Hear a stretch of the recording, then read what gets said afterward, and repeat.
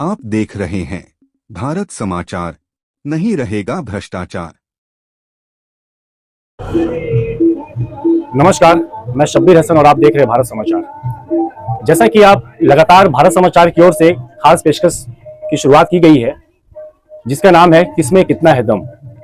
इस खास पेशकश के जरिए हम तमाम राजनीतिक पार्टियों के प्रत्याशियों से, जनप्रतिनिधि से, पदाधिकारियों से लगातार चुनावी माहौल को लेकर चर्चा कर रहे हैं। उसी तारतम्य में आज हम पहुंच चुके हैं प्रेम नगर विधानसभा क्षेत्र में, जहां की आपको बता दूं मैं, विश्व की दो सबसे बड़ी राजनीतिक पार्टियां कांग्रेस एवं भारतीय जनता पार्टी का शुमार है। लेकिन कहीं ना कहीं आज हमारे छत्तीसगढ़ में एक पार्टी ऐसी भी है जो कि काफी पुराने समय से लड़ाई लड़ रही है। मैं बता दूं, वो पार्टी है गोंडवाना गणतंत्र पार्टी। हर सत्र में कहीं ना कहीं इस पार्टी को बढ़ावा मिला है और इनका ग्रोथ बढ़ता हुआ हम देख रहे हैं। जी हां, मैं बात कर रहा हूं आज एक ऐसे शख्सियत से, आपको रूबरू कराऊंगा। आज मेरे साथ एक ऐसे शख्स मौजूद हैं जो किसी परिचय के मोहताज नहीं है।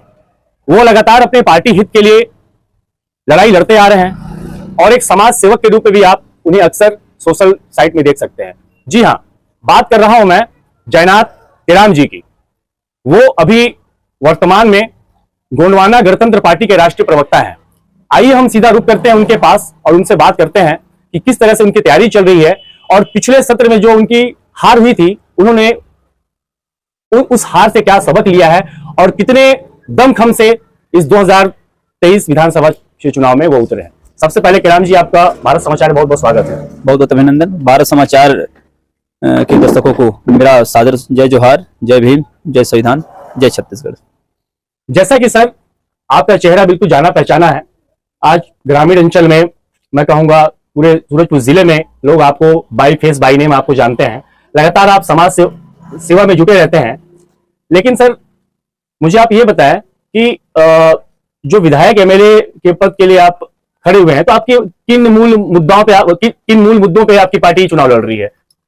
देखिए, हमारा मूल मुद्दा है कि यहाँ का जो जल जंगल जमीन है उसका असंतुलित दोहन हो रहा है। हम चाहते हैं कि वन अधिकार के मामलों में सरकार एक्शन में आए। हम चाहते हैं कि यहाँ का जो धान का जो बता रहे हैं कि 3500 रुपये ये दे रहे हैं, गोंडवाना गणतंत्र पार्टी ने कहा कि हम 4000 रुपये देंगे। हम लोगों ने कहा कि हम जो है, गोंडवाना गणतंत्र पार्टी ने कहा कि अगर हमारी सरकार आती है तो हम फ्री बच्चों का जो शिक्षा है, शिक्षा को हम जो है KG 1 से लेकर जो पूरे ग्रेजुएशन तक का, स्नातकोत्तर तक का जो है वो पूरा फ्री करेंगे। 500 यूनिट तक की बिजली हम फ्री कर रहे हैं। इस तरह के बहुत से करीब 34-35 हमारे वो चीज हैं, घोषणा है जो छत्तीसगढ़ के लिए जरूरी है। सर मेरा सवाल ये है कि जैसे आप पिछले सत्र में चुनाव लड़ी थी गोंडवाना गणतंत्र पार्टी, इस दफे वो बहुजन समाज पार्टी से अलायंस में, मतलब टाई अप के माध्यम से उतरी है, तो पूरे 90 सीटों पे मेरे ख्याल से आप दोनों की पार्टी जो गठबंधन हुई है चुनाव लड़ रही है, जिसमें से 37 या 34 सीट पे आपकी गोंडवाना गणतंत्र पार्टी उतरी है। अगर मेरा ये कहना सही है तो क्या लगता है बहुजन समाज पार्टी के जो टाई अप हुई, अलायंस हुआ है आपसे, तो किस हद तक ये प्रभावशाली रहेगा? बहुत अच्छा प्रभावशाली है, इसलिए कि हमको देखने को मिल रहा है। पहली बात तो बसपा और गोंडवाना गणतंत्र पार्टी का जो विचारधारा है वो एक है। दूसरी चीज, दोनों ही पार्टियां जो है क्षेत्र के जो है मूल निवासी या पिछड़ा वर्ग जो मजदूर हैं उन तबकों में अपना पैठ रखता है और हम जो सैद्धांतिक रूप से चुनाव लड़ते हैं, तो हम एक साथ खड़े हैं। इसका भरपूर लाभ मिल रहा है। बहुत से अदर लोग हमसे जुड़े हैं, दोनों पार्टियां मिलकर चुनाव लड़ रहे हैं और हमको लगता है कि छत्तीसगढ़ में हम बहुमत में होंगे। सर दोनों पार्टियां, जो कांग्रेस और भारतीय जनता पार्टी, जो कि विश्व के सबसे बड़ी राजनीतिक पार्टियों में से माने जाते हैं, क्या लगता है उनके बीच में कहीं ना कहीं आपकी जो पार्टी है गोंडवाना गणतंत्र पार्टी, कोई छाप छोड़ पाएगी? देखिए क्या है, भाजपा और कांग्रेस ने लोगों को ठगा है और लोगों को ही नहीं, अपने कार्यकर्ताओं को ठगा है, अपने बीच में रहने वालों को ठगा है दोनों पार्टियां। और इसीलिए बदनाम है, पूरे विश्व में बदनाम है भाजपा और कांग्रेस। ये कोई विश्व में इसलिए प्रख्यात नहीं है कि बहुत बड़ी पार्टियां हैं, इसलिए कि ठगों की पार्टी है दोनों। विकास के नाम पे गांव को छोड़ दिया गया, शहरों को जाकर देखिए सजा रहे हैं ये जो है। हम चाहते हैं शहरों का जितना विकास हुआ, गांव में कम से कम उसका आधा तो विकास होना चाहिए था। तो दोनों ही पार्टियों को हम ये मानते हैं कि दोनों पार्टी जो है भाई भाई हैं दोनों। और उनका प्रचार प्रसार कौन कर रहा है? जो उनके ठेकेदार हैं, जिनसे उनको फायदा होता है, वो गांव पैसा लगा रहे हैं। और अगर विकास किए होते तो उनको दारू मुर्गी पैसा बांटने क्या हो सकता है? आज अपने विकास के दम पे बात करना कैसे कह सकते हैं सर? रमन सरकार में आप देखेंगे कि वो 1 रुपए किलो चावल वितरण किया गया, और फिर आप कांग्रेस सरकार में जो वर्तमान सरकार है उनके द्वारा शिक्षा के क्षेत्र में स्वामी आत्मन स्कूल जो उनका ड्रीम प्रोजेक्ट कहलाता है, आज निम्न स्तर के यानी गरीब तबके के बच्चे भी अंग्रेजी माध्यम शिक्षा ग्रहण कर रहे हैं। आप कैसे कह सकते हैं कि उनके द्वारा विकास कार्य नहीं किया देखिए, गया? आत्मानंद स्कूल की बात करो तो पूरा कैलकुलेशन करा लें, कौन बच्चे पढ़ रहे हैं, कितने गरीब बच्चों को मिला वहां पे जितनी भर्राशाही है, ये केवल उसमें भाजपा और कांग्रेस के चुनिंदा लोगों को, जिनको लगता था कि दिया जाना चाहिए, उनका काम करते हैं, उनको एडमिशन मिला। बहुत से ऐसे लोग हैं जिनको मिले ही नहीं, वहां तक घुस नहीं पाए। दूसरी चीज, आप बोले धान और ये चावल की बात, चावल क्या है?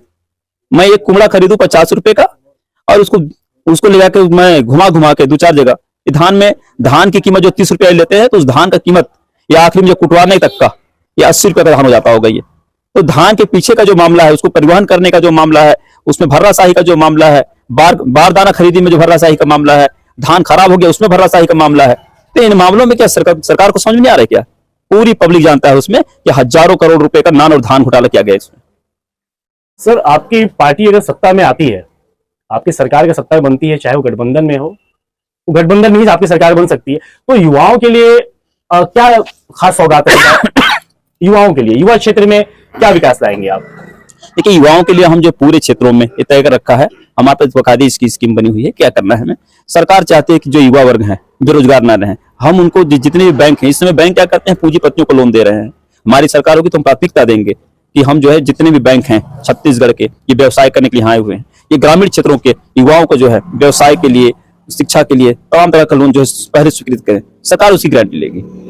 क्या लगता है सर, आप जिस विधानसभा क्षेत्र से आप प्रेमनगर से लड़ाई लड़ रहे हैं जी, वहां पे खेलसाय सिंह जी लगातार वो विजयी हासिल करते आ रहे हैं और उनके प्रतिद्वंदी में भारतीय जनता पार्टी से बुलंद सिंह मरादी हैं। क्या लगता है इन दोनों के बीच में इनका जो पहचान है, इनका जो चैनल की इनकी जो टीआरपी है, उस आधार पे कहीं ना कहीं आप अपने आप को कमजोर पाते हैं? नहीं, कहीं कमजोर नहीं पाता मैं, ये कमजोर पा रहे हैं मेरे वजह से। ये परेशान है दोनों पार्टियां, दोनों छाती पीट रहे हैं। भूलन सिंह तो देखिए डमी कैंडिडेट है, वो कहीं है नहीं। रही बात खेलसाय जी की, तो खेलसाय ने पिछला चुनाव अपने दम पे नहीं जीता। वो बाबा टीएस बाबा को चेहरा दिखाकर कि वो मुख्यमंत्री बन रहे हैं, इसलिए इनका चेहरा ना देखा जाए, वो आएंगे तो विकास से गंगा जमुना बहेगा, ये चल रहा था। बाकी कोई चीजें है नहीं। खेलसाय जी कहीं सब्जेक्ट निष्क्रिय रहे हैं और खेलसाय जी का कोई अस्तित्व नहीं आज के दौर पे।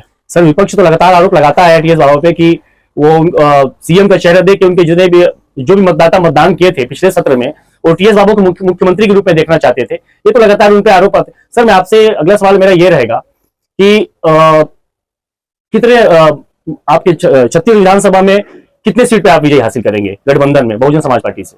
देखिए, भाजपा और कांग्रेस ये दोनों तय कर लिए हैं तो कहीं है नहीं, और हमारा बसपा और गुणवाना गठबंधन पार्टी हम बहुमत पे रहेंगे। हम लोग 46 सीट तय कर लिए हैं कि 46 में हम हैं अभी भी। अब हम नहीं कहते, मीडिया ही कहती है इस बात को, लोग कहते हैं, इनका सर्वे कहता है कि गुणवाना गठबंधन पार्टी और बसपा का जो महागठबंधन है ये सत्ता तक है।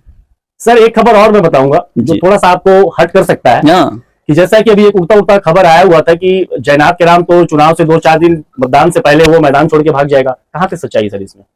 असल में इस तरह की बातों को ये यहाँ के वो नेता फैला रहे हैं। सर, ये उड़ती खबर आई थी ना, मैं इसकी पुष्टि नहीं करता हूँ। नहीं, उड़ती खबर ही है, पर मुझे मालूम है किस तरह के लोग हैं। ये उन लोगों का काम है जो कुमेली में शराब के नशे में धुत होके वहां पे खुलेआम जो है कपड़ा फेंक के डांस कर रहे हैं। इन लोगों का काम है, ये उन लोगों का काम है जो हमारे सवालों का सामना नहीं कर सकते। ये उन लोगों का काम है, जब मैं इनको मुद्दों पर घेरता हूं तो ये भागना शुरू करते हैं। इनकी कई तस्वीरें आती हैं, ये क्यों तय नहीं करते? जयनाथ सिंह के राम गुणवाना गठबंधन पार्टी में 30 साल से है, साम दाम दंड इन्होंने अपना लिया, पहले FIR कराए, हम उसके बाद पीछे हटे नहीं। इन्होंने कहा कि हमारी पार्टी ज्वाइन करें, हम आपको विधायक मंत्री बनाएंगे, हम उसके बाद इनकी बात नहीं माने। अब ये चाहते हैं कि गुणवाना गणतंत्र पार्टी को बदनाम किया जाए। ये देख लें, हम चुनाव मैदान पे हैं, कौन हटता है कौन रुकता है। निश्चित ही गुणवाना गणतंत्र पार्टी प्रेमनगर में विजय हासिल करेंगे।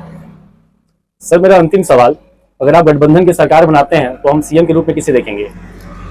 ये तो भविष्य गर्भ में है, जब हम बैठेंगे वहां सभी लोग तय करेंगे। फिर भी सर 2 नाम जिस पे विचार किया जा सकता है। देखिए, एक नाम तो हमारा गुणवाना गठबंधन पार्टी की ओर से होगा, और अभी हम कोई नाम तो बता नहीं सकते, पर यह है कि माननीय राष्ट्रीय अध्यक्ष जी तुलेश्वर सिंह मरकाम जी होंगे हमारे मुख्यमंत्री जो है, और एक नाम हमारा बसपा से भी हो सकता है। आप भारत समाचार के दर्शकों को क्या कहना चाहेंगे ताकि वो आपको मतदान करें, आपके प्रेमनगर क्षेत्र के मतदाता आपको मतदान करें? मैं ये चाहता हूं कि 2 बड़ी पार्टियां लड़ रही हैं, बहुत अमीरों की पार्टी हैं, पूरे करोड़पतियों को रहे, कोई खाकपति हूं। मेरा निवेदन है कि गुणवाना गठबंधन पार्टी के सिद्धांतों को देख ले, हम कभी शराब दारू नहीं बांटते, हम वोट खरीदने की बात नहीं करते। वोट बहुत अमूल्य चीज होता है, वोट को हम मांगते हैं और अपने सिद्धांतों को, अपने आंदोलन को दिखाकर मांगते हैं, अपने विजन को दिखाकर मांगते हैं। तो मेरा आग्रह है प्रेमनगर वासियों से कि आप सभी इस बार गोंडवाना गठबंधन पार्टी को यहाँ पर विजयी बनाएं और एक मौका दें गोंडवाना गठबंधन पार्टी की सरकार बनाने के लिए। बहुत बहुत धन्यवाद। ये थे हमारे बीच गोंडवाना गणतंत्र पार्टी के राष्ट्रीय प्रवक्ता जनाब किराम जी, जो कि प्रेमनगर विधानसभा से प्रत्याशी के रूप में नियुक्त किए गए हैं। काफी शालीनता और बेबाकी से इन्होंने भारत समाचार के हर सवालों का जवाब दिया। अब देखना यह है कि 17 तारीख को जनता यहाँ मतदान करेगी। मतदान पश्चात किसके सर पे ताज सजेगा और किसके हाथ निराशा लगेगी, ये तो आने वाला वक्त ही बताएगा। हम इसी तरह के अलग अलग राजनीतिक पार्टियों से, अलग अलग राजनेता से, पदाधिकारियों से लगातार चुनावी चर्चा को जारी रखेंगे। तब तक के लिए दीजिए मुझे इजाजत। कैमरामैन सैफ के साथ मैं शब्बीर हसन, भारत समाचार, प्रेमनगर, छत्तीसगढ़।